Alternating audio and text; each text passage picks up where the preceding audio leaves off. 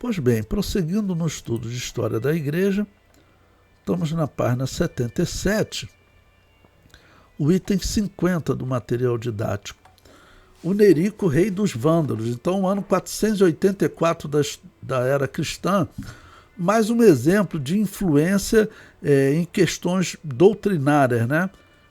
Envolvendo, ou questões religiosas, envolvendo agora os bárbaros.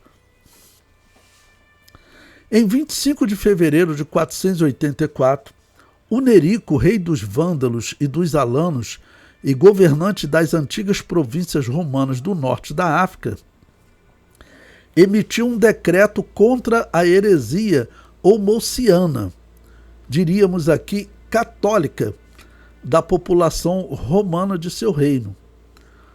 Os vândalos eram cristãos arianos e, portanto, consideravam as crenças da maioria romana incorretas o suficiente a ponto de precisarem ser expurgadas. O Nerico, por consequência, adaptou a lei do imperador Honório, de 412, contra os donatistas. Olha só como a gente fica sabendo dos anabatistas, é isso que eu digo para vocês. Os vândalos, eles ficaram sabendo o seguinte, bom, como é que os católicos romanos tratavam as outras igrejas daqui, os donatistas? Vamos tratar eles igual eles tratavam os donatistas. Tá bom? Isso mostra que eles tinham conhecimento dos donatistas. Os donatistas existiam. A Igreja Católica não tinha conseguido exterminar eles. A própria Igreja Católica assume que nesse período ela não tinha conseguido exterminar. Ela diz que teria sido exterminado pelos árabes, quando os árabes tomam essa região. Mas hoje nós sabemos que, na verdade, não foram exterminados também. Então, a lei do imperador Honório de 412 contra os donatistas da África, que tinha sido uma grande arma católica nos dias de Agostinho, e a empregou contra os próprios católicos. O Nerico foi explícito quanto a isso. É bem sabido que devolver maus conselhos àqueles que os aconselharam é um atributo de majestade triunfante e força régia.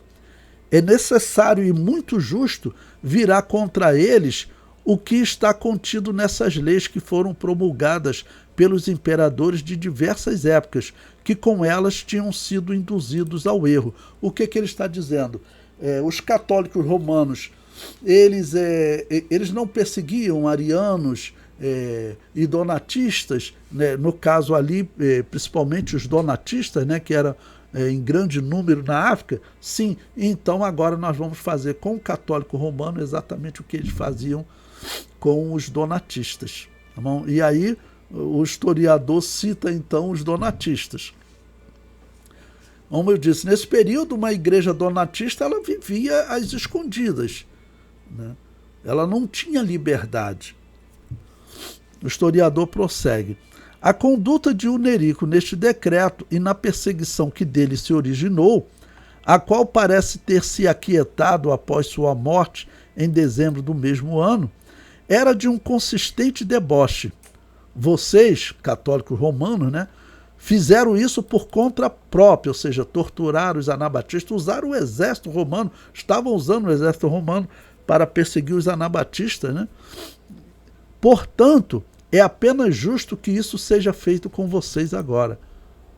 Ou seja, o que esse historiador está dizendo é que o bárbaro falou o seguinte: olha, vocês perseguiram os donatistas aqui nessa região, agora eu vou fazer com vocês o que vocês fizeram com os donatistas.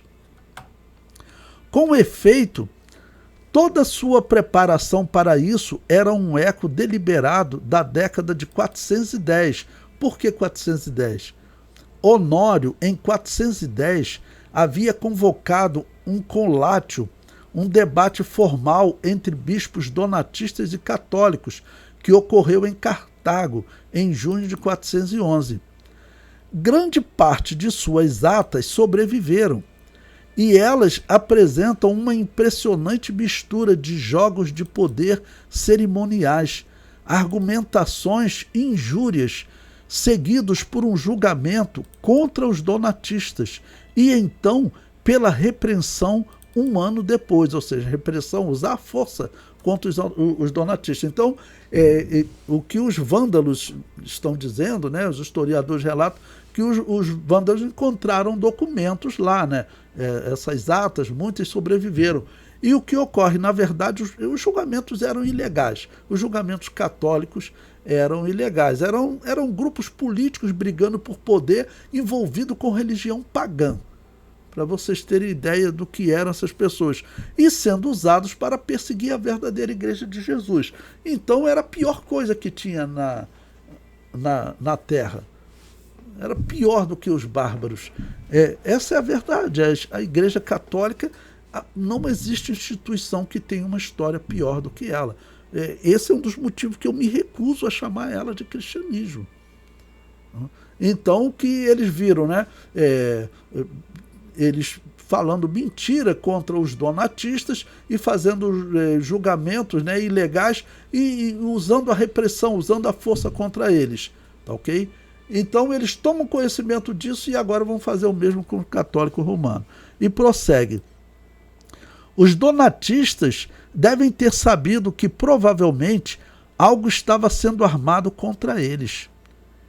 E quando em maio de 483 o Nerico chamou os bispos católicos para um debate similar em Cartago, em fevereiro do próximo ano, estes certamente sabiam o que estava por vir. Ambos os donatistas, em 411, e os católicos, em 484, tentaram evitar a discussão apresentando um manifesto.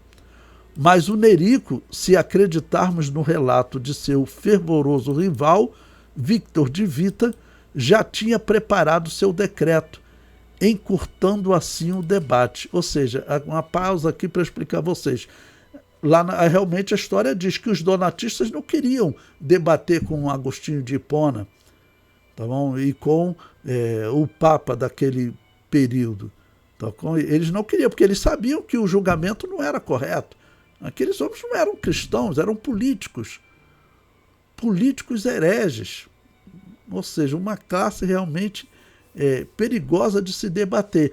E agora os arianos chamam os católicos romanos para debater. Os católicos romanos também não queriam participar. Aí ele conclui: se isso for verdade, foi o único desvio de Nerico em sua reencenação do drama honoriano. O Nerico estava gostando de ser um imperador romano no modo de perseguir ato por ato, e os católicos sabiam bem o que ele estava fazendo, ou seja, ele estava reproduzindo o que os católicos romanos faziam, né?